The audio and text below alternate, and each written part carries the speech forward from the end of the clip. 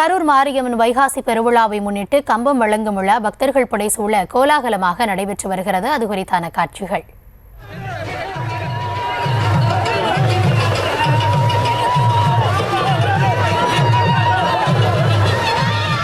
இது தொடர்பான விவரங்களுக்காக இணைகிறார் எம்முடைய செய்தியாளர் பிரபாகரன். விழா குறித்தான முழுமையான விவரங்களை வழங்கலாம்.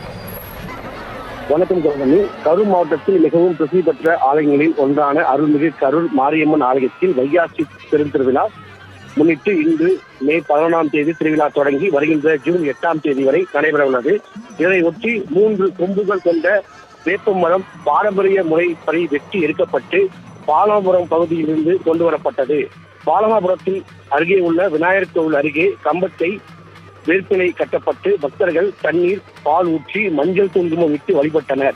இந்நிகழ்ச்சியில் கரூர் சட்டமன்ற உறுப்பினர் செந்தில் பாலாஜி மற்றும் மாவட்ட ஆட்சித்தலைவர் தங்கவேல் கலந்து கொண்டு சுவாமி தரிசனம் செய்தனர்.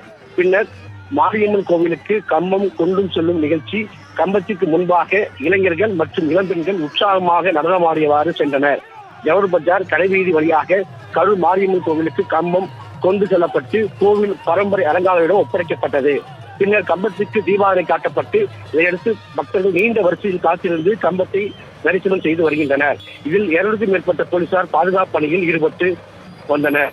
தொடர்ந்து மாரியம்மன் கோவில் இருந்து கம்பம் இன்று மாலை அமராவதி ஆற்றுக்கு கொண்டு செல்லப்பட்டு சிறப்பு பூஜைகள் செய்யப்பட்டு அமராவதி ஆற்றிலிருந்து கருப்பாய் கோவில் தெரு ஜவஹர் பஜார் வழி கடைவீதி வழியாக கரூர் மாரியம்மன் கோவிலுக்கு எடுத்து வரப்பட்டு கரூர் மாரியம்மன் கோவிலில் கம்பம் நட்டு பல்வேறு சிறப்பு நிகழ்ச்சிகள் நடைபெற உள்ளது என்பது குறிப்பிடத்தக்கது. விவரங்களுக்கு நன்றி பிரபாகரன்.